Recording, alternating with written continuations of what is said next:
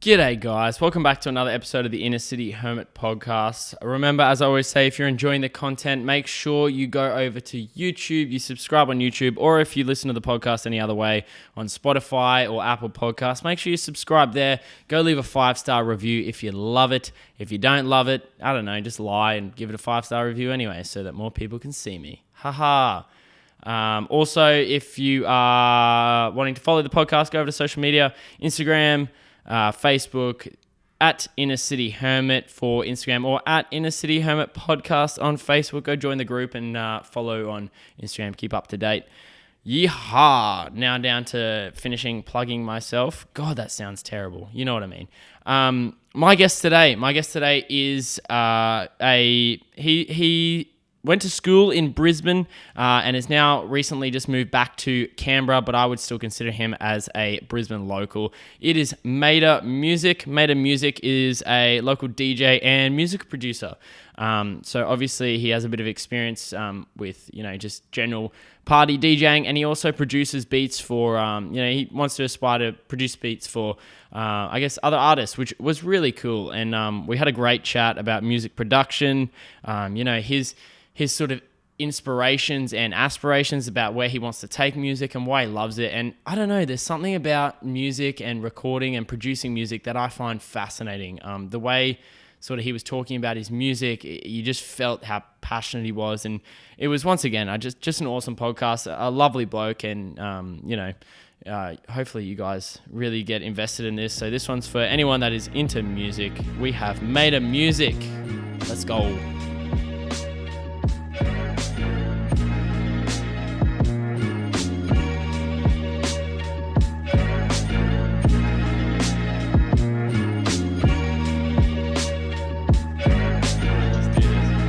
G'day guys, welcome back to another episode of the Inner City Hermit podcast. Another one in the books. I got a very special guest here. I got a Brisbane native, but he's decided to up and leave.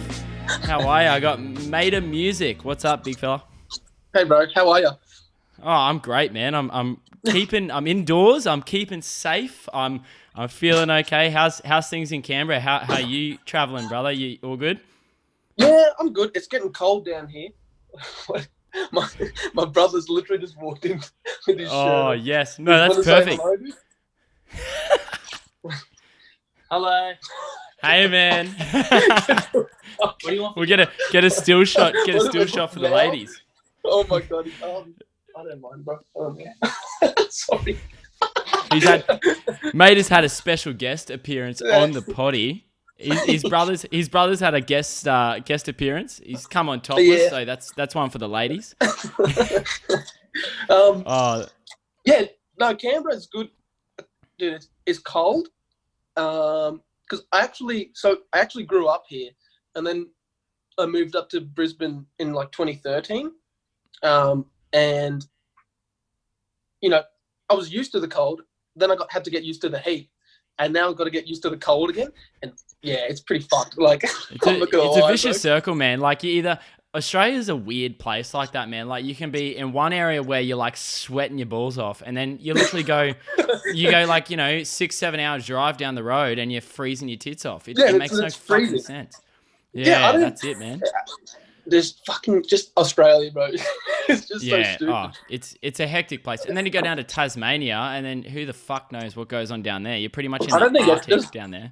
Dude, does anyone go to Tasmania? Oh, mate, I don't know. If anyone's listening from Tasmania, I apologise, but you do have a couple. There's a couple rumours around Tasmania. You might get into those. Yeah, I know. So, how's things? Obviously, you're in the nation's capital. You're in the ACT. How's sort of things down that way in terms of coronavirus, and like how are you guys sort of dealing with it? Very similar to everyone else, just keeping inside, or what's it been like? Yeah, like it's I think in regards to like the enforcing of it, I think it's a little bit more relaxed than some of the other states. Yeah. Like I've heard a few stories, like friends have said, like when they've been out, they had police come up to them and just give them a warning sort of thing. I mean, obviously I'm not in other states, so I don't know what it's like necessarily, but the stories that like people back home in Brisbane have said, like they've said they've been pulled up and and tickets written, things like that. So I don't know. It seems as though it's a bit more relaxed down here, but I'm not entirely sure. I mean, I think every Friday, actually, at like the shopping centres, lots of the stores are open, and it's like real busy. It's busy as, which I'm kind of confused about because we're all Yeah, like, oh, no, shouldn't I we be get that, inside? man. Yeah, even Yeah. even around my area, like I'm living in apparently a COVID-19 hub because everyone's sort of Oh, abiding by nice. the rules, man. Yeah, exactly. That's real safe, real reassuring for me, dude. But like everyone's sort of abiding by the rules, but I think if everyone's sort of outside abiding by the rules, you're still like Yeah. fucked because there's still just like a clusterfuck of people just sort of hanging around. Yeah. Yeah, no, but it's interesting. Especially it's interesting for Canberra because obviously they've locked the borders, but you're like an island within an island. Like you're literally Yeah. in a state within a state. So, I always had conversations with people around like the fact that like what the fuck do you do? Like you're like double locked down. You're literally like you're like a lock inside a safe. Like it's Yeah. fucked for you guys, man. Yeah. Because New South Wales, I think, is where it's the most crazy. Especially in terms of the cases. I mean, I haven't even looked at the recent statistics. I can't really do it anymore. It's so Yeah, bro. I kind of feel like hurts exactly to the look at. same, man. Yeah, yeah. Yeah. And It's so there's only so much data you can look at before you just like, fuck, my brain hurts, man. I just don't know if yeah, it's getting better or worse. You just sort of hope for the best, really. yeah. It's because dude, it's just fucking it's everywhere, and it's actually especially at the start when it was all like rah coronavirus, like it was scary and shit. It was felt quite like really dark and gloomy. Like I mean, Yeah, that's how I yeah. felt at least because it's No, I all feel over that, the man. news, and you're hearing about all poor people that are dying and people losing their jobs and selling their houses and shit. And just, Yeah. all this horrible shit.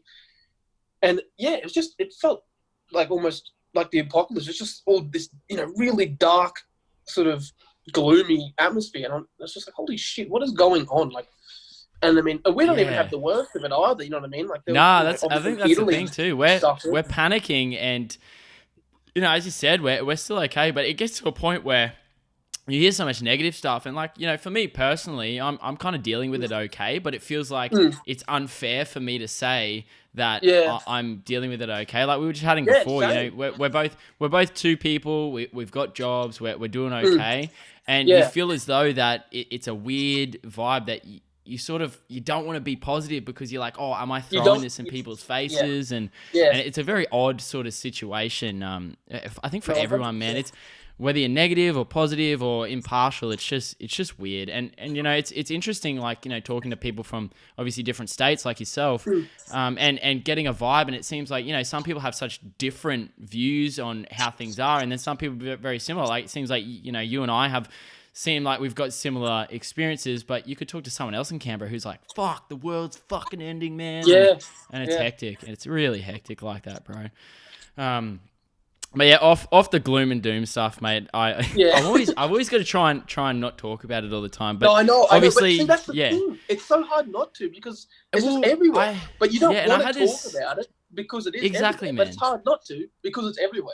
And so you just end Yeah, up yeah. fucking talking about it. And we were, my girlfriend and I went for a walk the other day, and we caught up with a couple of people that we hadn't seen in a while. And usually, Mm, you say hello to those people and whatever, but it seems like everyone finally has something in common. Like if you saw a complete random at the shops, they're yeah, also getting affected by COVID-19. So it's like, yeah, you know, 100%. yeah, it's There's a sense crazy of like like, that. oh, sorry. I was just going to No, say, go on. there's a sense of like we're all in it together. Like there is Yeah, sort of a sense of community with it all, which look, I mean, the situation isn't good, of course, but I guess that's sort of the silver lining to it is, hopefully once it's all over, we're all just more, proactive about hygiene and we're all more, appreciative, I guess, of things and more, just more communal. I don't know if that's the right word, but like exactly like you said, everyone's sort of just interacting with people they've never interacted with, and because we're all in it together. So, which is, I that's guess, it, in a man. way, a good thing. There's no sort of discrepancy. You know what I mean? This is affecting everyone. So, yeah, Yeah, it is yeah. what it is, Of though. It course, is what mate. it is. That's the attitude you gotta have. It is what it is. We can't change it. You just gotta keep keep Yeah. chuffing on. So it's good. But yeah, Enough. like you Yeah, said, enough of let's the. Yeah, change go the on. topic. Go on. Sorry. I was going to say, Yeah, let's change the exactly, man. topic, like you said. Yeah. Yeah, so obviously, I've I got you on for a bit of a chat. I did get recommendation from Das in that you're in sort of an industry that's and like we spoke about it before, and you were pretty honest with me and said like I haven't really played too many sort of club gigs, but you're a music producer, so Yeah. you obviously go by Meda Music, which is like fucking awesome. And I've listened to a couple of your tracks once Darcy got put onto it, man. And it's sick. Yeah. It's actually like, for you guys as producers, it's Thanks, by the actually way. a time. Yeah. It's actually a time for you guys. Like I'm seeing some fucking awesome stuff. Like there's, virtual raves, there's people producing like song after song after song. Like it seems like it's actually a lot of the producer sort of industry is turning this into a massive positive. Like how are you seeing it? Yeah, well, see, it's funny you bring that up. Exactly right. It's actually, it's what, like, I mean, it's a lot to sort of talk about, I guess, but, I don't even really know how to start it. Like, but everyone's staying inside, right? And there's no live gigs anymore, well, for the time being, obviously, sort of thing.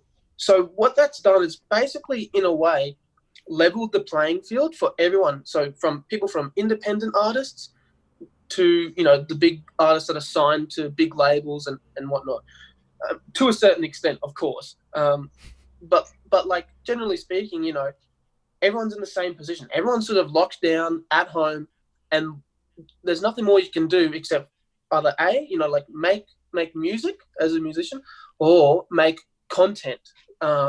And so what this whole lockdown situation has done is sort of, like I said, it's a level playing field now. And so now it's about, well, how can I get someone's attention? You're like, what content can I make now? Because Drake isn't playing any shows right now, but neither am I. Like, like I might be playing shows right now, but neither is Drake. So, how can I leverage this? And so everyone's getting real creative and thinking of ways, exactly like you said, you mentioned, like the virtual concerts and things like that.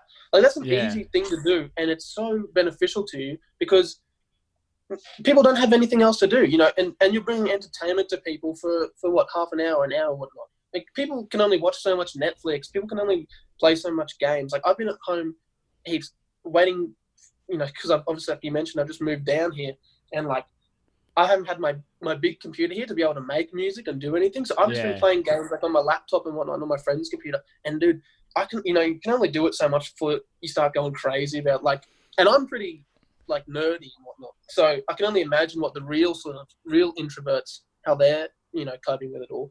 But like I said, it's forcing people to be creative and think of things like new ways to get people's attention, which is great. And especially in an industry like music or even film or any sort of media entertainment industry where, you need people's attention, a situation where it's based on content creation and creativity is actually quite beneficial in a way. Now, there are downsides to it in that so, like some people don't like it as well because of the fact that it is now more so content driven as opposed to music driven. If that makes sense. So I was just gonna say, it's like instead of like, you're not only now competing against other DJs, you're literally competing against its content creation as a whole. Like you're competing against exactly right. Well, not really exactly competing, right. but it's just a heavily saturated market now. No, you're right. Like, I mean, to bring up two examples, I mean, like, for example, like you could say now, you're right, like a big artist that would normally be playing shows, right? I mean, to dumb it down, I guess you could say, like, let's say you're big into Drake's music, and you're also really big into watching, I don't know, like PewDiePie, for example, on YouTube, right? Originally, or before all this went down, you would be able to go to Drake's show, and then when you got home, you could watch PewDiePie's content. Now Yeah, you have yeah. to decide, all right, do I want to watch Drake's content that he's putting out because he's not performing shows, or do I want to like watch PewDiePie's? So, yeah, like you said, everyone's competing, not just people in the music industry against people in the music industry. It's content creation in general. Doesn't matter now. So you're Yeah, exactly right. it's That it's makes a lot of wild, sense, eh? actually. Yeah, Yeah, and so it's and that's the thing too. So and it's also, I guess, it puts you in a weird position because you obviously don't want to, forget your roots. Like, what do you enjoy? But yeah, I'm seeing a lot of people now, like, with TikTok and stuff like that.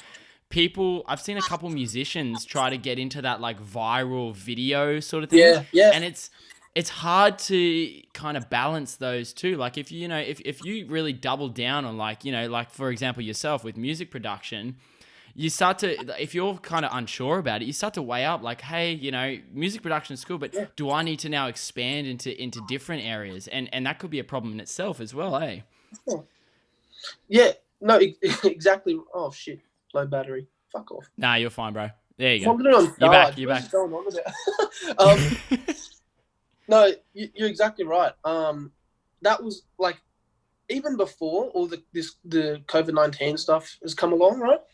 That it was already moving towards that way of you can't just be an artist anymore. You have to make content as well to get people's attention because the market's so saturated, as you mentioned. It is. It Yeah. already was, and now it's even more so.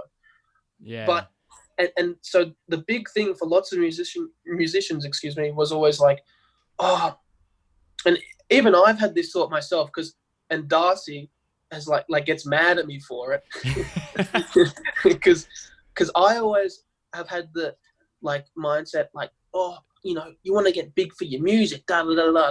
I don't want to be labeled as a content creator. I want to be a musician first, then a content creator or whatever else. Yeah. But it is what is it, dude. I can't even speak. It is what it is. Like that's just the way it's going. If you want people's attention these days, you've got to be putting out content, and like there's nothing else really to it. I mean, yes, good music will always win in the end, sort of thing. But if that good music doesn't have any sort of push behind it either, you know what I mean?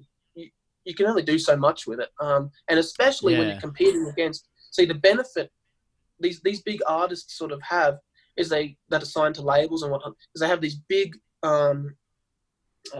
budgets behind them, big marketing budgets and whatnot. So they can produce, like they could put out I've seen some pretty dog shit content. I guess obviously it's all opinionated, but I've seen some pretty Yeah, dog yeah, shit of content. course. But they can just get it in front of your face because they just have the money to just shit it out advertisement wise, you know what I mean? And get it in front of Yeah. people. Well, And I look at someone like, I've been pumping, like, and you probably like know of him. I've been pumping Kid Laroi lately, right? dude, Kid So Laroi, bro. Yeah, oh, yeah, bro, man. I love He's Kid killing Laroi. it I too. love everything about him. But the thing that, see, I didn't really know, I'll be honest, I didn't really know too much about Kid Laroi until Yeah. Cole Bennett from Lyrical Lemonade put him Yeah, up put him and on. directed some of his clips. And then Yeah. sort of I backtracked through his catalog. So, like, Yeah, I nice. say backtrack through his catalog as in, like, I've listened to some of his old music. But it's amazing to see how, there's this weird sort of jump. Like, he obviously built his own fan base, like himself, through hard work, dedication, putting out Yeah. loads and loads of songs. Like, there's videos of him rapping when he was like 12 years old, man, on Yeah, his mum's yeah. like iPhone 3. But then once you make that jump of, he's got that backing of Cole Bennett, Yeah, like all of a yeah. sudden you go from here to here almost overnight. And Yeah. I think it's weird to see, you look at, and like I was going to chat to you about this obviously too, because you're not only a DJ, but you're like a producer too. So I'm assuming you're probably wanting to work with like other musicians and get into that sort of stuff. So you see someone like Blueface, for example, who has like, one or two good songs and then all of a sudden is flat. And then you see someone like Kid Laroi, who is just going to be producing all that good content, and then you kind of that grind of those first few, like you said, good music always wins in the end. That grind of what you get to that point, and then you get that push. You've got that backbone of what you used to do, whereas some of the artists who get that random, like sometimes it's hit at the start. Yeah, that's it, and you're sort of working your way from top to bottom instead of bottom to top. No, you're not wrong. You're not wrong.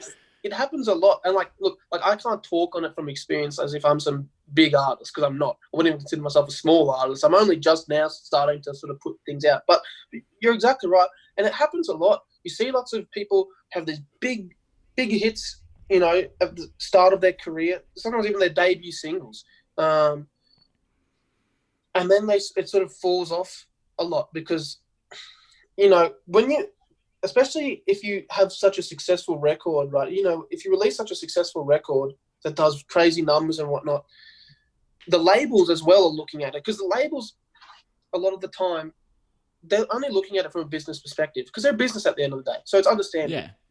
A lot of the time, they don't give a fuck about the artists. That's why you hear all these stories about artists getting fucked over in their contracts and whatnot, because it's a business. They don't give a fuck.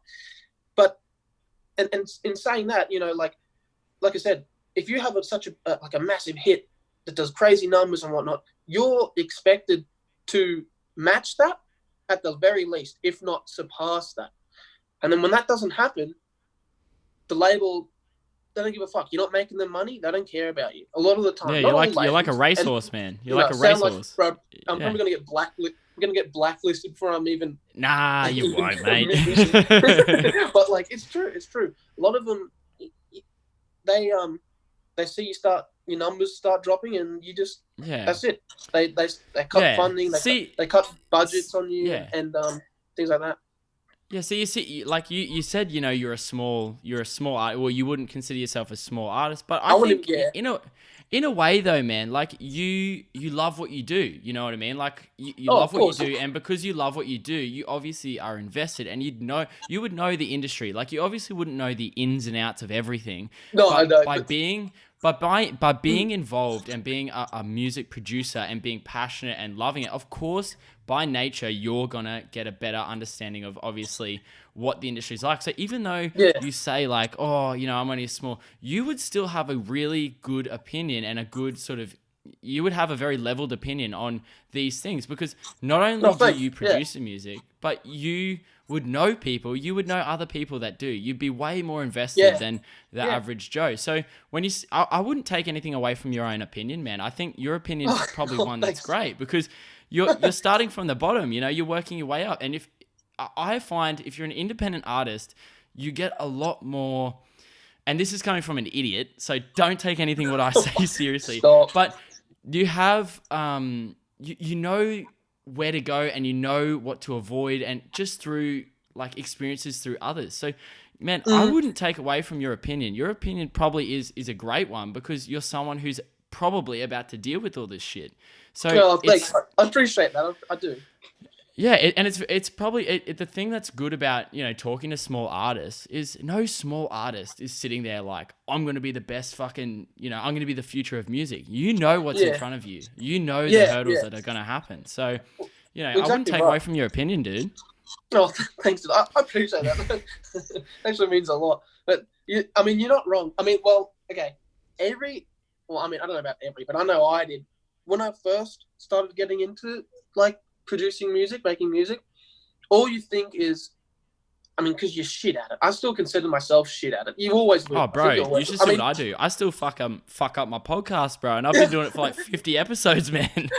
Yeah, but see, that's sort of what I was going to get at, though. Like, you're always going to make little mistakes. You just sort of know more ways to deal with problems.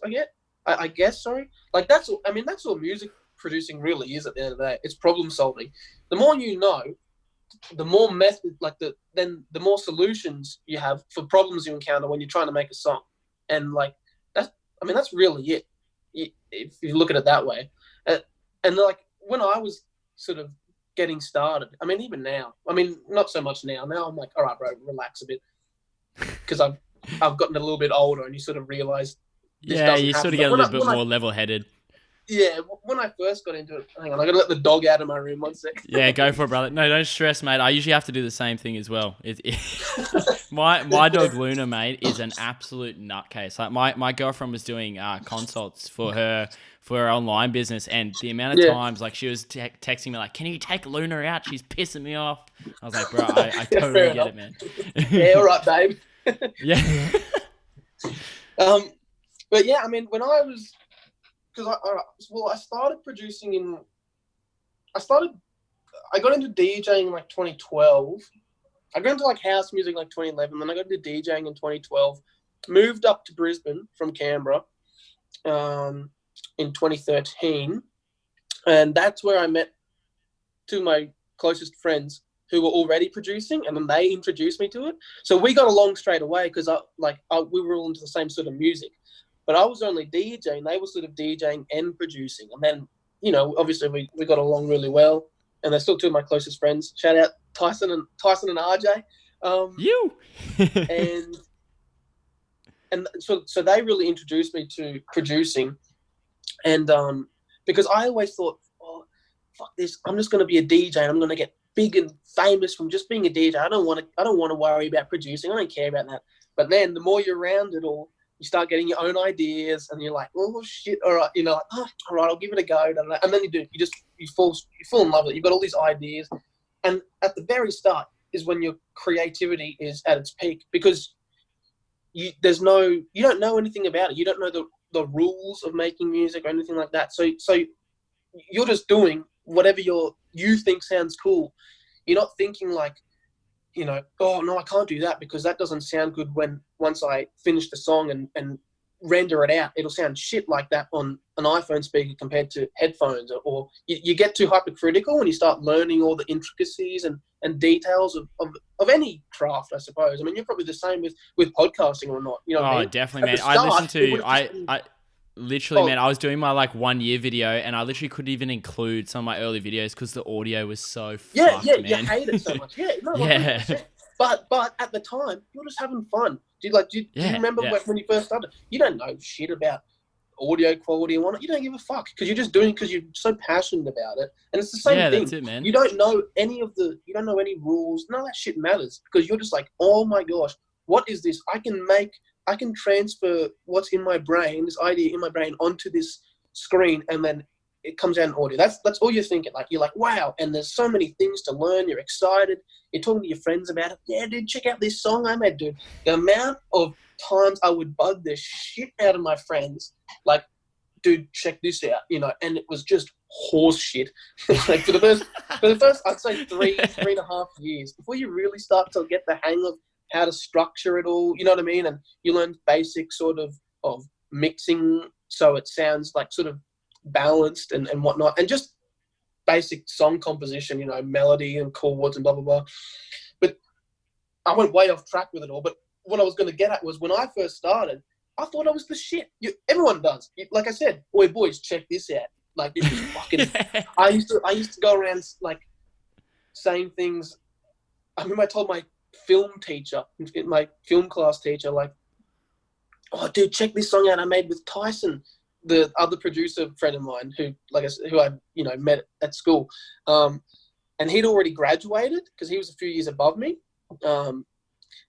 And I remember showing my film teacher, because he had the same teacher, like, oh, look what Tyson and I made. He knew who Tyson was. And like, it was all right, but Tyson did most because I didn't know shit. But I was telling my teacher, like, yeah, we're going to send it to, I don't know if you know the big DJ called Hardwell. Like, I was like, dude, we're going to send this to Hardwell and probably get on his podcast. And, shut the fuck up, bro. Like, actually shut up. There's something cool. There's something cool in like those childhood like naiveties. Yeah. Like you don't know any better, but there's something, like I get that in kids I teach, man. Like I get, drill rap is obviously because I teach in Logan and like teach in Woodridge where there's like no money enterprise, all those boys come out of there.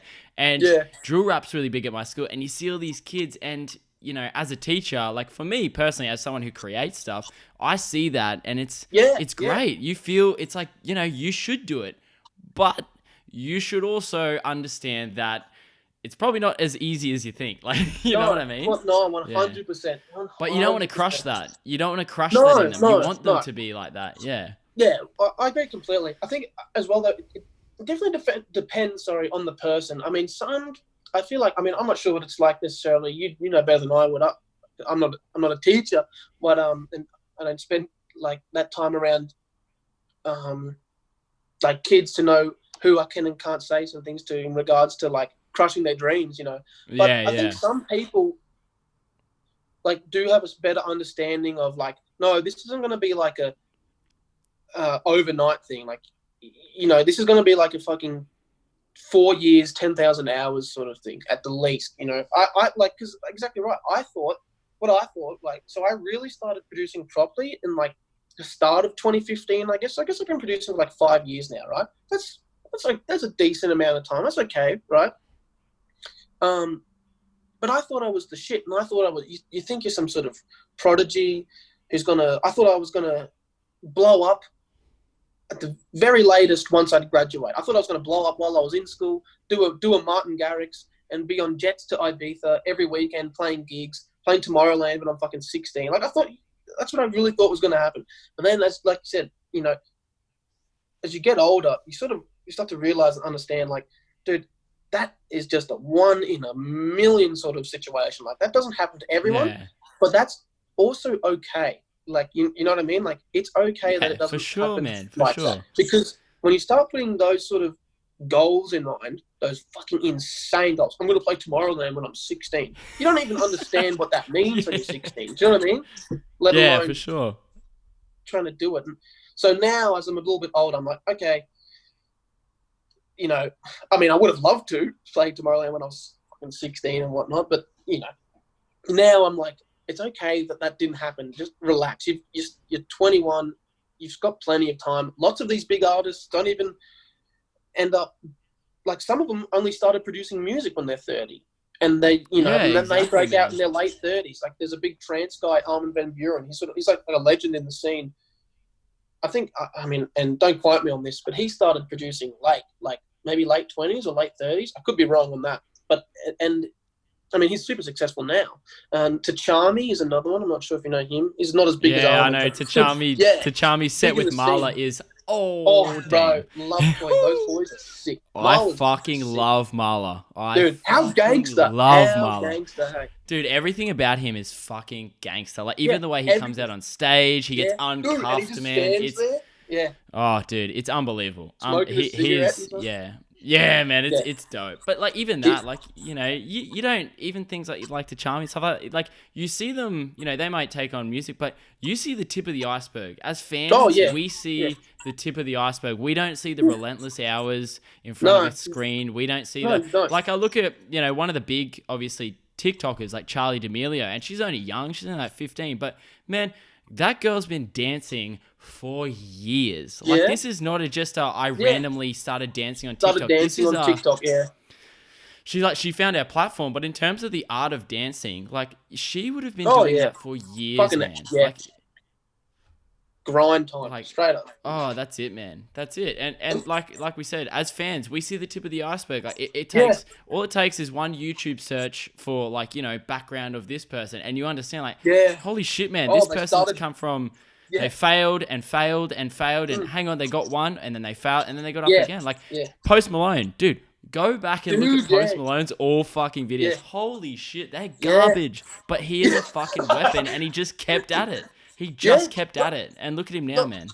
That's exactly right. Exactly right. Like, oh shit, I forgot what I was gonna say. I mean, that's right. About like tip of the iceberg. Like, that's so true. That's so true. I mean, you have a few artists who do some really good sort of vlogs and docos. I mean, it's like so Martin Garrix, kind of like my biggest. I saw you wearing his shirt. Yeah, bro. Hey. The old logo too, mind you. How good, man. And he has a really good doco series on like tour life and things like that. And you see lots of behind the scenes of shit, just him in the studio for hours and stuff. And like, I mean, and even that's not all of it. You know what I mean? And like, from experience, the amount of sleepless nights I've had because you just stay up all fucking night on an idea. Because if it's like 12 a.m. and you get rolling, you're not going to bed. You're like, no, I got to get this. Just got to get, like if you're making house music, you might be like, I've just got to get this right, like this intro and then this rise and the drop done, and then I'll go to bed because I don't want to like lose this creativity flow I'm on or like forget the idea or whatever. Like I'm in a good zone right now, and you just bang it out. And then the amount of times that ends up going from 1 or 2 hours planned all the way for like you check the clock and it's 6 a.m. You're like, holy shit, and then you go to bed for a few hours, wake up at 12 p.m. That's 12 p.m. Sorry, like 11 a.m. or whatever, late morning, and your eyes are stinging because you've been staring at this fucking screen all night with a grid, looking at sound waves and hearing the same kick drum for 6 hours. You know what I mean? And I'm not even a successful artist. You know what I mean? So you can only imagine the hours that these guys are doing. And yes, a lot of them do get lucky and whatnot. But like we mentioned earlier, a lot of the times when they get lucky, it tends to sort of plateau it and cap off at that, and then it just declines slowly. The people that tend to have the more successful careers on average are the ones that, like you mentioned, sort of rose up and came from the bottom up, and like a steady growth. Yeah, they were ready for success. They were ready for it. Exactly right. The steadier your growth, the more time you have to accumulate and build a fan base and accumulate and build knowledge on the scene. Your 3 years of slow growth might be 3 years worth of shit deals and shit contracts that you now are educated on, whereas someone who blows up overnight won't know shit, and maybe they get unlucky and have like a shitty manager or whatever, or someone who knows they can just milk them for money for a year or two and then fuck off when the artist starts to die out, you know what I mean? And the fan base starts to die out or whatever. So because a lot of it is business sided, like we mentioned. So I don't know. Like I said, I can't speak on that. I don't know that much about that area, and I obviously haven't experienced it. But I imagine a lot of it is balance. I mean, from what Martin Garrix and all those really big artists go on about, they do talk a lot about how they have to find that balance between work life and regular life. Because a lot of them are just kids who are producing in their bedroom for years, had success, and then they're just thrown into this life of playing a show in a different country every night. You know what I mean? So they go stuff from 0 to 100 real quick as well, and so you can only imagine the sorts of things you'd learn and experience. I mean, I imagine there'd be shitloads of bad times. It's not all, good times just because you're headlining Coachella or whatnot. You know what I mean? A big show like that together. A big one in that is obviously, Avicii. Like nobody saw that coming, man. Like, from what you see online, what you see everywhere, Avicii looked like he had the greatest life, but man, obviously, there was parts of Avicii that we didn't see, and that's the really sort of, I guess, hard thing when you get that news. Like, for example, me, I'm a diehard Mac Miller fan. Like, Mac Miller got me through some terrible times. Like, I was an OG Mac fan, and then when I found out Mac died, man, I sat on my bed and literally bawled my eyes out because I felt like someone who you were so close with, but you go like, what didn't we know about him? Like, we saw the highs, we saw that, we saw the Kool-Aid frozen pizza, like we saw this young Pittsburgh rapper just living the dream, but there was obviously a part of Mac that the public didn't see, and that's the hard thing as a fan. You're like, fuck, like you feel like you know them, but you didn't, No, exactly. It's hard like that. 100%. Like, I think what's really sort of, what's so heartbreaking about it all, when someone you idolize so much, or or someone you're such a big fan of passes away, especially tragically like that, you think about, like you said, you only really see the tip of the iceberg, but you were still such a fan of them just for that small amount of them that you knew. So it's so, like, just heartbreaking because you only knew this tiny piece of them. You only knew their artistry and maybe a little bit of their home life from maybe vlogs or whatnot, their other sort of content outside of their music.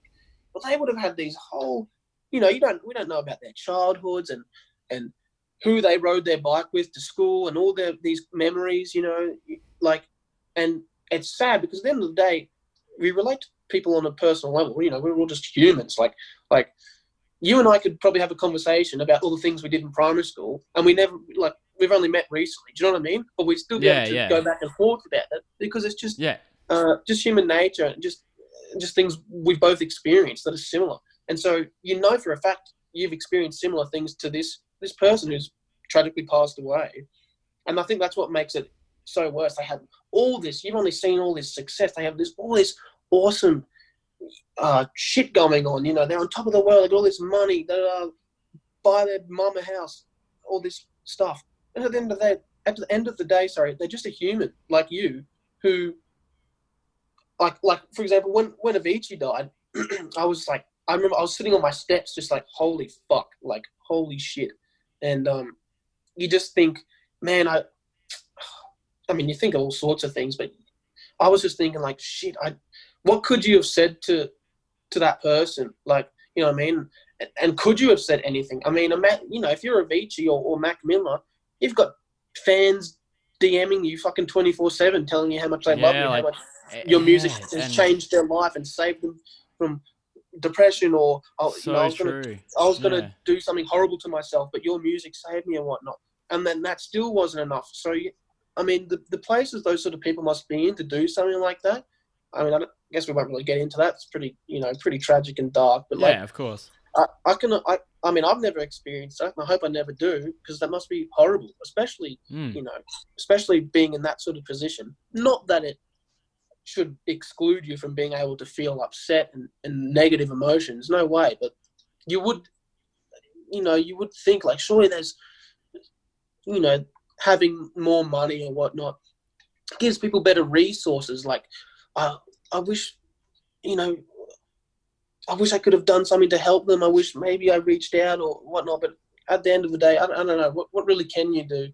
It's just fucking sad, man. It's just sad. Yeah. And you know, that's like we said, we see the tip of the iceberg, bro. We literally see the tip of the iceberg. Like, it's people strive for this thing of fame and money and everything, but from what you see, people are still humans. Like, doesn't matter how big you get. It doesn't matter how, you know, that's why I guess, like, I like this platform a lot. Like, you know, for a musician, you get like interviews, people like, oh yeah, answer this question, but they don't get to tell you, like, they don't get an hour or two to tell you who they are, or they don't get an hour or two to explain situations. 100%. Like, how many artists have been ripped off because they've been seen in a certain way based on a video, but they haven't gone, hang on, you, like, let me explain this situation in a half an hour chat where I say, hey, this guy that I, you know, had a go at, or, you know, footage online, he's been pestering me for fucking like 5 days, and I just got sick of it. Like, you don't see that either. Yeah, man. Yeah, man. Well, but as we were saying, what were we saying? I don't even remember. No, I was actually going to ask you, bro. I was going to ask you. You know, you spoke about how you're obviously a DJ, but you're obviously in the world of production. Like, how? Like, how does it differentiate in terms of making music? As sort of it, like you mentioned, you obviously, like, you haven't been like DJing in clubs that much, but from producing music to DJ with, and producing music sort of like as a producer, like backtracks to rappers and that sort of stuff, how does that sort of differentiate between the two? Because I'd imagine, like, obviously tempo wise, you'd have to match, like, it's not, you know, when you're DJing, it's your tempo, but when you're with I watch like lots of Kenny Beats stuff, and I see like that sort of shit, and I'm like, how? Like, that's fucking fascinating, where he makes a beat that a rapper just goes, holy fuck, bro, like, this is unreal. Like, what's your experiences with that? Well, so more like producing different genres, I guess. Is that sort of what you yeah. Like, how do you feel that sort of, like, I'd imagine there's sort of, you catch sort of a vibe, and you're like, okay, this sort of thing would be like a grime mixtape, or this one would be sort of an old school hip hop. Like, how do you sort of see that? Well, a lot of it is like sort of have to go back a little bit and look at it this way, like, because producers have different ways of, like, starting a track. For example, like, some producers will have an idea, and then they'll open up their software and they'll be like, all right, you know, I already know what I'm doing, and they'll do it, you know, they'll put it all out. They'll already have the chords in their head. They'll already have a little melody in their head. They'll know how they want their drums to be programmed, and things like that. And lots of other producers will just open up their software and just go from there. Like, they'll just open up a synthesizer with a certain sound on it, and they'll just start messing around, playing notes, playing chords, and then something will that they like will hit, and they'll just keep going with that, and then you just keep adding to it and adding to it and adding to it and adding to it, and then sometimes once you've done all that, you'll sit back and go, no, this is dog shit, scrap it. Other times you'll be like, this is like you'll be running like, this is fucking mad, oh, and like you'll be thinking like, oh, dude, Drake would sound sick over this, or if it's a hip hop beat, or oh, I don't know, Ariana Grande would sound sick over this, or whoever. Yeah, like, it seems almost like you're painting, like, you know what I mean? Like you have this blank canvas and you're just adding different things, like oh, this color will look good here, or this piece would look sort of like this will pop out here. Like it seems like very, very much sort of you're almost like I say this in terms of obviously you're an artist, but you're like a fucking like the sound studio is your easel, and you're literally painting like a sort of audio picture for someone in a way. You know what I mean? Yeah. Oh, 100%. A lot of it, I found with myself, I tend to just go with like, not so much as, sometimes it's like certain emotions, or like I'll play one chord and you think about how that feels, or like what emotion you can relate this particular sound to. Like, is it sad, or is it like, does it sound like dark and like strong, or like, kind of fucking gangster, or what, you know what I mean? Like there's millions of things. You get a vibe from it. Like, and exactly. Some you're like, oh, this is nice and flat, like happy and da da da, and you keep going with it because like this is a nice vibe. Other times you might be in your feelings. You start writing some sad chords down and shit. like and like I don't know. I like I said, I tend to just go with like, especially for lots of my house stuff, like the Meda stuff. It's just sort of ended up being like certain emotions that when someone listens to it, I want them to like think about. Like I try to make the breakdown, so like the verse, sort of really emotional, maybe almost not so much sad. Some of them are sad, like sounding. Some of them are like, I want people to think about emotions like lust and things like that. You know what I mean? And then I try to make my drops, in a chorus, sort of energetic and like heavy, like very similar to like Golden Features style. He has these really nice. Oh, I fucking love Golden Features. Yeah. I don't think, I literally don't dislike any of his songs. I just have like a list of best to like the ones I like the most, the ones I like the least. Like, best to least. Yeah. And like, he's a perfect example. He has such a good way of writing these songs that have a really emotional verse, and then he knows how to transition that really well into a sort of vibey drop that still hits hard. And I think that's a really good like value that's a value that a great producer holds, knowing how to transition moods sort of seamlessly. Because especially in my earlier years, right, I was doing lots of more festival-y EDM stuff, like electro housey, sort of future house, that sort of stuff, where the vibe is a bit more playful and upbeat and happy, and then it goes into a sort of aggressive, like a big drop, but it's not like moody and vibey like the Golden Feature stuff or Marla's stuff. And so, but I could never figure out like, how do I go from this really nice breakdown, like verse, into a really like big and cool drop. That was probably my biggest problem, and probably my biggest learning curve was figuring out how to transition from sections. And that sort of falls into the category of song structure. So how can I go from intro to verse to rise to chorus to second verse, all while keeping the same sort of story, if you will, or or flow or emotion. Far out, man. So it's, when you hear it from you, it's from what an outsider sees. If you don't understand, like it pisses me off because I have a lot of friends that make music, and to hear people like that's not real music, I'm like, motherfucker, have you ever been at a DJ deck, man? I took one go at Darcy's. No, it might have been. Was it Darcy's, or it might have been one of my other mates? And I looked at these buttons and everything, and I was just like, what the fuck is this? Like, Yeah. I have, you know what I mean? And so when I hear things like that, and, you know, I've over the years come to appreciate that sort of, you know, EDM type and like that sort of Yeah. music. Like, I'm a Like massive house and stuff. lo-fi Yeah. fan. Yeah, house music. You start to go like, hang the fuck on. Like, this is Yeah. just as hard as playing a Oh fucking yeah. guitar. Oh dude, You know, they all share the same. I'm gonna say inconveniences. They all share, and difficulties. I guess. Like, yeah. I mean, like earlier, like how I mentioned, a lot of it is problem solving. You still encounter, like, you think you know everything. I mean, I've been doing this for like 5 years, 5.5 years maybe.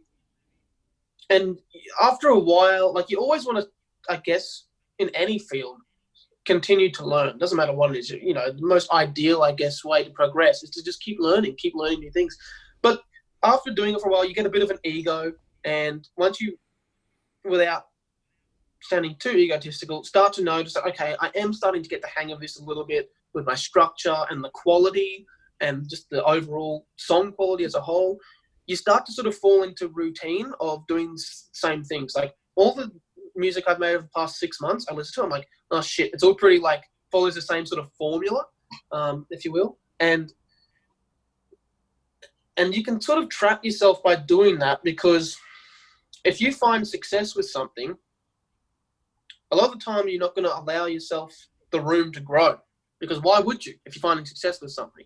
Yeah, But it's exactly. a very dangerous Like, why sort fix of it if trap. it's not broke? Yeah. It's a very dangerous, like, trap though, because, and as we mentioned multiple times earlier, you can end up being one of those artists that has 1 or 2 hits. You try and do it again, everyone's sick of it, and people wanted something not new, but just slightly different, just different enough to keep them there. You know what I mean? They've already heard that thing twice now. That's too much. Just change it slightly, not too much, you know. And I mean, perfect example is Medusa, who had "Piece of Your Heart" or "Piece of My Heart," Yep. "Piece of Your Heart," fucking huge song, and then followed it up. They rode all the momentum of that. They rode off the momentum rather with shit. What's the one? The one with the vocal, with Becky Hill. Shit. Oh man, I got no idea. I can't even remember the name of it. I'm sure if someone watching this, they'll know. But there's the example. There's the example. You know the Medusa track. Like, I Lose know it 'cause it's Control. on. There you go. Okay, yeah, because I know that one all the time. But if you told me that they released another one or he released another one, I was like, what? Like, I haven't even heard it. You know? Yeah. Well, but they've done it smart though, because I mean, maybe they might have another one come out. I'm not sure. If I was them, I'd probably be doing it, because that formula seems to work. You know, you can get a bit out of it. But and so they're in a really good spot now, because they can sort of choose, well, what do we want to do? Do we want to repeat this again? It's worked 2 times. We can't do it too many more times, because people are going to get sick of it, especially that style. That you can only do so many melodies where it's with that sound where it's too similar, and people are like, what the fuck? But they're in a really good spot. Like, they can do a lot with that, and I think the way they're playing it is smart. They released, or Medusa at least released, a single recently. The fuck is it? How to Love or something, and it's nowhere near as big as the others, but it's good because it's like a real sort of house track. So they've had their 2 big commercial hits to which has garnered them a huge audience, and now they're sort of going back to their roots of real sort of house music. I mean, "Lose Control" though is a perfect house song. If you the whole thing is just fucking flawless. The whole structure of "Lose Control." If you wanted an example of a brilliant house song, I'd say "Lose Control." Now, granted, if you have any viewers who are like proper house music fans, I'll be like, that's not fucking house music. It doesn't go for 8 minutes and fucking, the OGs. you know, it doesn't have a kick drum playing by itself for an intro for 2 minutes. That's not fucking house music. But in today's terms, that's just a perfect house song, "Lose Control." Brilliant songwriting, beautiful vocal over the top. The way it flows in from the verse into the build-up. The build-up is there, but it's just there enough to let the listener know, oh, something's coming. And then what happens? Really simple drop, catchy as fuck, still big enough to bang in the clubs. Like, it's perfect. It's perfect. It's just fucking perfect. They're geniuses. Yeah. They really are. They found a fucking gold mine with that, with "Lose Control" and "Pierce Your Heart." And it's good, because I think dance music sort of needed that. Dance music really sort of died off, I guess. 2016, like 2015 started declining. You know, the glory days, golden era of EDM per se was like 2011, 2016. Yeah, like people like Martin Garrix just fucking blowing up, writing Yeah, there's house a whole music bunch in of their people bedroom. coming up, and Yeah, like a yeah, whole bunch of different genres sort of coming up as well, yeah, like yeah, together. Yeah, exactly, exactly. But yeah, then it's, you know, it exactly right, like you were saying earlier. It just starts to get a bit saturated, and if you're not already established, well, you're going to have a hard time trying to break into the market now. And so, you know, dance music slowly faded away. It's still always huge, you know, but it's not as big as what it used to be. And now though, it's sort of come back because all the genres are getting blended. You've got like, fuck, can't even think of any examples. How ironic, but like, you know, you've got these big pop singers singing on like sort of more urban and hip hop beats, or you've got a yeah, house yeah, producer working with, you got Calvin Harris working with Dua Lipa, for example. Perfect yeah. Or example. even like Steve Aoki does songs with Yeah, everybody. Yeah, yeah, yeah, he yeah, does. You know, same thing. yeah, Like, so everyone's working together now, which is cool, and it's sort of like put like these boys like Medusa, for example. It's good for dance music in that it's like, look at this, people still really appreciate and will listen to fucking good house track, and yeah, I think it needed it. I think it needed that little push because it was getting taken over by fucking all the hip hop, all the Drakes and Billie Eilish's and Post yeah, Malone yeah, and for all the, sure. you know, Yeah, and of course, that's pop and bound to hip hop. happen. Everything's supposed to have Yeah, yeah, ups and downs, yeah, and you just ebb sort and of ride flow, the ebb and waves flow. that sort of come through. Yeah, that's it, Yeah, man. but I think it's Now, sort of man, like that oh, nice sorry, go, balance. go. I was Yeah, just gonna say I it's was like this nice sorry. No, yeah, balance of pop, hip hop, and like dancey sort of stuff. Yeah, that's cool. Anyway, sorry, yeah. go on. No. I was actually gonna say I had a little geezer at your Instagram, and I saw your last post. You're sort of teasing about a Meda EP. What's the go with that, Yeah, man? so um, well, I don't really know. I was kind of just more like I was just laying in bed and I was like, because, all right, so I don't have fucking millions of fans, you know, like, we want music. But now and then, because, and like, which I didn't really elaborate too much on earlier, but when you said, you know, like, surely your opinion is still valuable because surely you still have, you know, lots of contacts and people that know you produce. Yeah, like, you are right. Like, I have people who are like, hey man, like, or people from school even who are like, dude, when are you going to release some music? So there's still Yeah, a demand, albeit minuscule and, you know, tiny, but there still is a demand, and that's really like, that's the song. My first release, Mechanical Dissonance, which I released in January. I don't really like want to put it out as such independently because, like as I said earlier, I'm like, oh, I want to get signed to a label and like go with them, and they'll have a, you know, have a PR campaign behind my releases, and I want to be part of a label and a family and blah blah blah. Well, it just doesn't work out like that. You got to demonstrate to a label that you're worth signing, you know, a lot of the time. You know what I mean? Unless you're some yeah, of fucking course. Martin Garrix whose email got read and they're like, holy shit, this kid's music is insane. We got to sign him. You know what I mean? It just Yeah, doesn't work like that all the time. And but I was like, well, I always get asked like, well, where can I listen to your music and things like that, and I had to keep telling people same thing for years. Or, well, I don't actually have anything on like released right now, but yeah, maybe in the future, like same thing, like same script over and over, and like, I don't know, people just get sick of that after a while, and so I was just like, well, fuck this, and I really like this song. I'm happy with how it sounds now. I'm at a level now where I'm confident it's like okay, you know what I mean?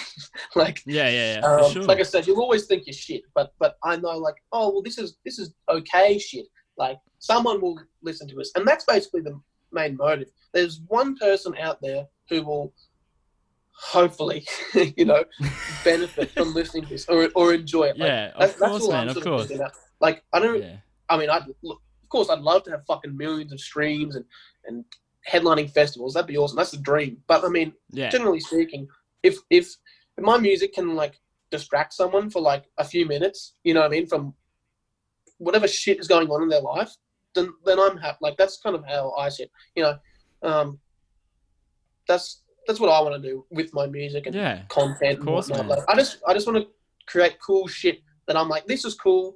Someone out there will appreciate this. You know what I mean? And fuck it, at the end of the day, like, we're all gonna die in 80 years. You can't just live the whole. You can't live the whole. Oh, I don't want to release it because it's not perfect. Because if you keep trying to make perfect music, you'll never release anything. Because no music is, you can't make it perfect. It just doesn't work like that. And Yeah. but yeah, so I just decided to put it out. Then I had somewhere. Then as well, right? That's sort of like building a resume in a way, especially as an independent artist. Yeah, of And course, when man. you start sending new stuff. Like, for example, if I was to send something new that I make to a label, like, hi, insert label name here. Just created this new, blah, blah, blah. I got this new song, really inspired by some of the other tracks off the label. Hope you like it, whatnot. Here's a link to my previous release as well. Da, da, da. It's sort of like a resume in a way, like a catalog. Yeah, and you've got yeah, I was gonna say catalog. It's a good sort of thing. Like people can backtrack through and see like, hey, this dude's not just playing around. Like he's got a full on catalog of music to go. Well, exactly right. I mean, if you're hiring a photographer for a wedding, you know, who do you think is going to be better? The person that's got, done 50 weddings and has their portfolio readily available for you to see, or the person who's done, 50 weddings but can't show you any of their. Yeah, exactly, man. Do you know what I mean? Like, so, like, because I've made the same amount of songs as, producer X or this guy or whoever, right? If not more than this guy or the next. But the label doesn't know that. Like, no one knows that because you're not putting it out there for people. So at the end of the day, you just kind of like, my mindset was just like, well, fuck it, dude. You're not going to get anywhere sending emails all day because the odds of it even getting seen is low enough as it is. There's so much music being created at the moment. The chances of an A&R seeing your email, first of all, is very slim because their inboxes are just flooded. Then you've got to roll the dice on whether they're actually going to like your song. Maybe that A&R just doesn't like the fucking key you wrote the song in. The way that they just like don't like the one shoe thing just doesn't about, fit. Yeah. Yeah, they just don't like one thing about the chords and that puts them off. So you got to go from even getting seen to then having them like the song, and then the label all agreeing, yeah, this is a good song, we should release it. Sort of, do you know what I mean? Yeah. So you've really got to. Yeah, for sure. And like, but the thing is, you get very bogged down. Like, especially when people don't read your emails. I always prefer a no, sorry, it's not suitable for the label, compared to nothing. Because at least a no, all right, well, you know what? That's fair enough. I'm just going to keep improving. And not only that, because you've sent them something and they've heard it and they said, no, sorry, it was shit, we didn't like it. You come back in 6 months, you send them something, you go, oh, look at that. This kid whose music we said wasn't suitable for the label, listen to this one they produced. Like, this is awesome. I can hear how much they've improved or whatnot. So the more you produce, the more you send out, the more opportunities you'll make for yourself. And like, Brandon, I can't speak from experience on that, but from friends' experience, friends in the industry, whatnot, the more you're putting out, the better result you have. I mean, like, it's cliche, but you miss 100% of the shots you don't take. It's fucking true. You can write the best song in the world if you're not sending it to someone to hear or to a label or whatnot for them to review it and potentially release it or whatever, or sending it to Post Malone for him to sing on. Post Malone's not going to sing on, is he? Like, do you know? Like, yeah, exactly right, man. Exactly. You have to just that's such. Yeah, it's there. such a good attitude to have too, man. Like that, you gotta keep throwing it out there. You gotta keep pushing and pushing and pushing and yeah, man, that's it. Hey, bro, we've done. Oh, sorry, man. Go on. Oh, I was just gonna say quickly. I know you got to wrap up. I got to go soon, anyways. But I was just gonna say, we don't have to, but yeah, that's all right. A lot of people get in that mindset though. When they get no's, they can get really bogged down by it. Because it's a passion project. It's something that you've put time into. It's creative. And so someone telling you, oh, no, sorry, it didn't fit the label style or whatnot, especially if you've thought, oh, my God, this label or this person's going to love it. And then you send to them, they're like, hey, sorry, not really feeling it. And you're like, fuck. Like, I got a lot of friends who are really bad with that, actually, like, which is which is bad because their fucking music is great. But just because one, like this label didn't like it, it does. It really bogs you down. And I mean, I have days as well where I'm like, fuck. Like I sometimes have days where I'm like, not recently, but I would have days where I was like, nah, fuck this. Like, and I've never wanted to quit. I've never ever wanted to quit. But you do have days where you're like, holy shit, am I just gonna be like this forever? Like, am I ever gonna get anywhere? Yeah, and you get that weird like stagnant feeling. Yeah, 100%. You're not making any progress. But then I think you just have to have just enough willpower and resilience not to give in to that shitty negative attitude and just be like, no, you know what? Don't like I always try to think like, no, don't bitch out. You know, and as cliche and maybe cringy as it is, you know, like you didn't spend all those sleepless nights for nothing, you know. But that's really what you think about. You think about all the fucking time you put in it. More than the money you spent on this sound, like on this synthesizer or this effect or this whatever. All you think about is the time, because like, and you know, because that's all that matters. The best part about producing is when you're in your room, right, spending so much time on something, and then you're just like, dude, this is fucking sick, and then like you're super happy and super proud of it, and then like you show your friends like, oh, listen to this thing I made last night, and they're like, whoa, that's dope, and that's all that matters really. Like I can give a fuck if, I mean, well, okay, imagine I would if I had millions of people saying your music's fucking shit. You know, that would probably get to you, understandably. Yeah. But like I said, as long as one person's like, hey, dude, I was gonna do something horrible to myself, and your song came on shuffle, and I just sat there and thought 3 minutes, maybe I shouldn't do this, and then I didn't. So thank you. That's the shit that like when I get that, it makes it worth it, man. That dude, 100%. That's the message that I look forward to receiving. People like Martin Garrix and all that, they get those all the time, and I just imagine that's what keeps them going. You know, one of the things that keeps them going for sure. So ideally, like at the end of the day, I just want to put out content and shit that I think is cool. Like I go from wanting to do stuff like I'm really into like Blade Runner, like Star Wars theme, like sort of sci-fi shit, but like dark. So like golden features-y, but in the future. I don't know. Anyways, yeah, I just want to put out cool shit and have the people that want to appreciate it. You know, you can't be trying to please everyone. When I was younger, I tried to think like that. Like, I want to make music that everyone will like. And not everyone likes the same music. It's just impossible. So, yeah. But I think once you learn certain things, you sort of start to learn how to navigate your way through different areas of the industry, I guess, because it's not just about production. It isn't. It is. You got to learn, like we mentioned, bits about the business, contracts and shit like that. You got to learn a bit about marketing. How can you make yourself more attractive to fans and whatnot? Like, so yeah, I know we could talk about it for hours, bro, and I could fucking. Oh well, I was just about to say, man. I was literally gonna say because we have done an hour, which is fucking sick, man. But like, I would honestly love to do another one. Like, obviously, maybe in a couple months or something. And like, you know, I said this to Darcy when I did it with Darcy. I was like, man, let's check in every so often and see how things are going, because I think as someone who is you know, you're working your way up, that journey is so awesome, and if you can sort of flash back and see like, hey, this is where I was 3 months ago, this is where I am now, like, I think that'd be sick. And I know, like, you know, people are going to see how passionate you are, and I hope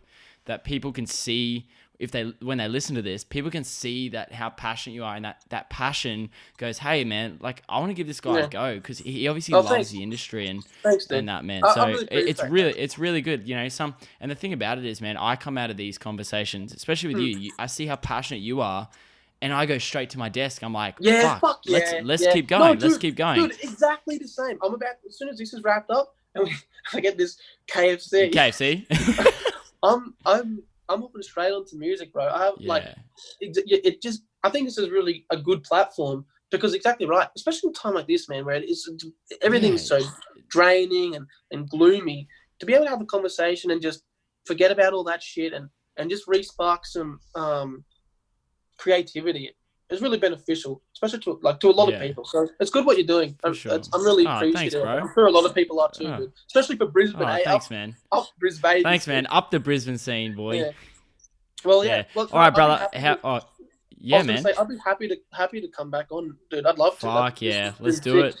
Hopefully, I mean, if things go well in the near future, and and whatnot. Yeah, that'd be awesome to be like, oh look, 3 months. I'd love it, man. I mean, I would 3 honestly months love it. is short term, but But you know, it's that'd be always cool. good to check in. With you too, Hey, as well. yeah, bro, of course, man. Hey, where can people find you and find your music, dude?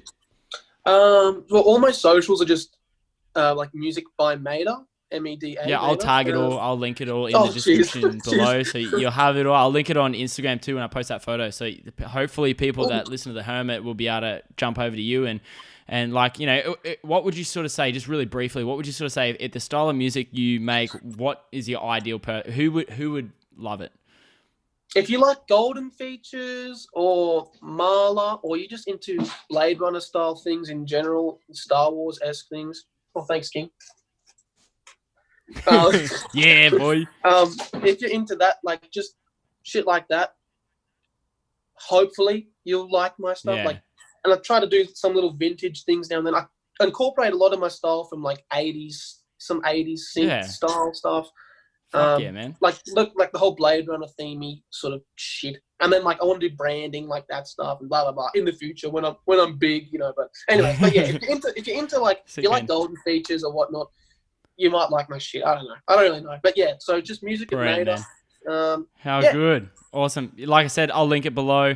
That's fantastic, man. Thank you so much for coming on, brother. I'm going to wrap this up real quick because no dramas and my AirPods are about to go flat. I can hear it going ding, ding, ding. Dude, my phone's yeah, man. But 2%. So how good. We made it, brother. We made it. Guys, if you like the Inner City Hermit podcast, go subscribe, do all that stuff. You would have heard it in the intro. I'm not going to bore you. Thank you so much, mate. Yeah, subscribe to You are a fucking legend. Thanks, brother. Right. Thanks.